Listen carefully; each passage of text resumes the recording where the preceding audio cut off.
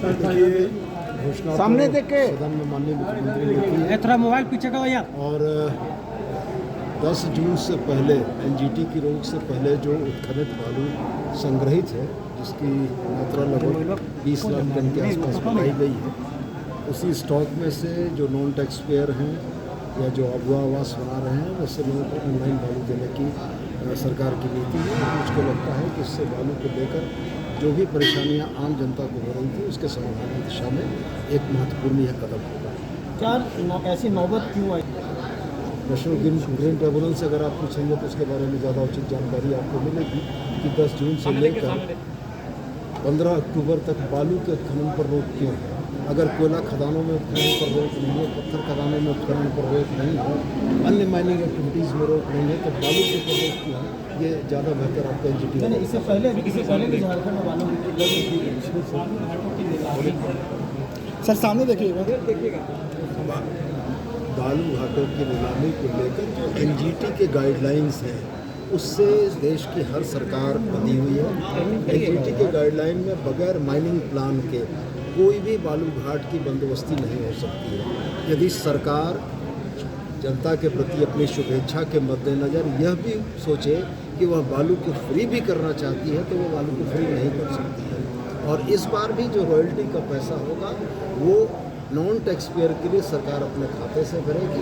और आप ये मान के चलें कि सरकार ने जनता की परेशानियों को देखते हुए एक सकारात्मक कदम उठाया है।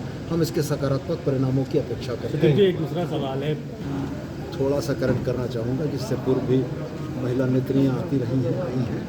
हाँ, लेकिन एक बात ज़रूर है कि इस देश के सर्वोच्च पंचायत में भी सदस्यों की मेडन स्पीच को बहुत महत्व दिया जाता है। और आज ऑनरेबल स्पीकर ने भी मेडन स्पीच का हवाला देते हुए साफ में यह कहते हुए महिला हैं, उनको बोलने का मौका मिलना चाहिए। लेकिन मोटे तौर पर विपक्ष का जो गैर जिम्मेदाराना रवैया है कि वो अपनी बातें ज़ोर से बोलकर निकल जाना चाहते हैं, किसी भी बात का उत्तर नहीं देना चाहते हैं। आपने देखा होगा कि मैंने व्यवस्था के प्रश्न में माननीय अध्यक्ष से यह अनुरोध किया था कि माननीय अध्यक्ष ये निर्देशित करें कि अपनी बात कहकर जाएं, नहीं सुने भी। क्योंकि जिन बांग्लादेशी घुसपैठियों का जिक्र अनंत ओझा जी कर रहे थे, 24/7/2024 की डीसी साहबगंज की निर्वाचन आयोग को प्रेषित एक रिपोर्ट जो माननीय सदस्य अनंत ओझा जी के परिवार पर आधारित थी, उसमें यह स्पष्ट परिलक्षित था कि जो भी आरोप वह लगा रहे हैं वो आरोप साहबगंज या राजमहल की धरती पर कहीं भी नहीं है। और आज मैं उस रिपोर्ट को लेकर था और मैं यह चाहता था कि जिस समय मैं रिपोर्ट पढ़ूं उस समय अनंत ओझा जी समक्ष रहें।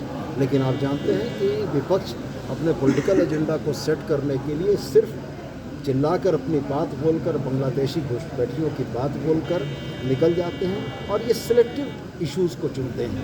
क्योंकि मुसलमान इनके लिए सिलेक्टिव नैरेटिव है, इसलिए उसको चुनते हैं। लेकिन अगर आप जो लोग रांची के रहने वाले हैं वो अगर देखेंगे तो 1952 की पहली जनगणना 1951 की पहली जनगणना में रांची में आदिवासियों का फीसद 56% था और आज घटकर कम हो गया।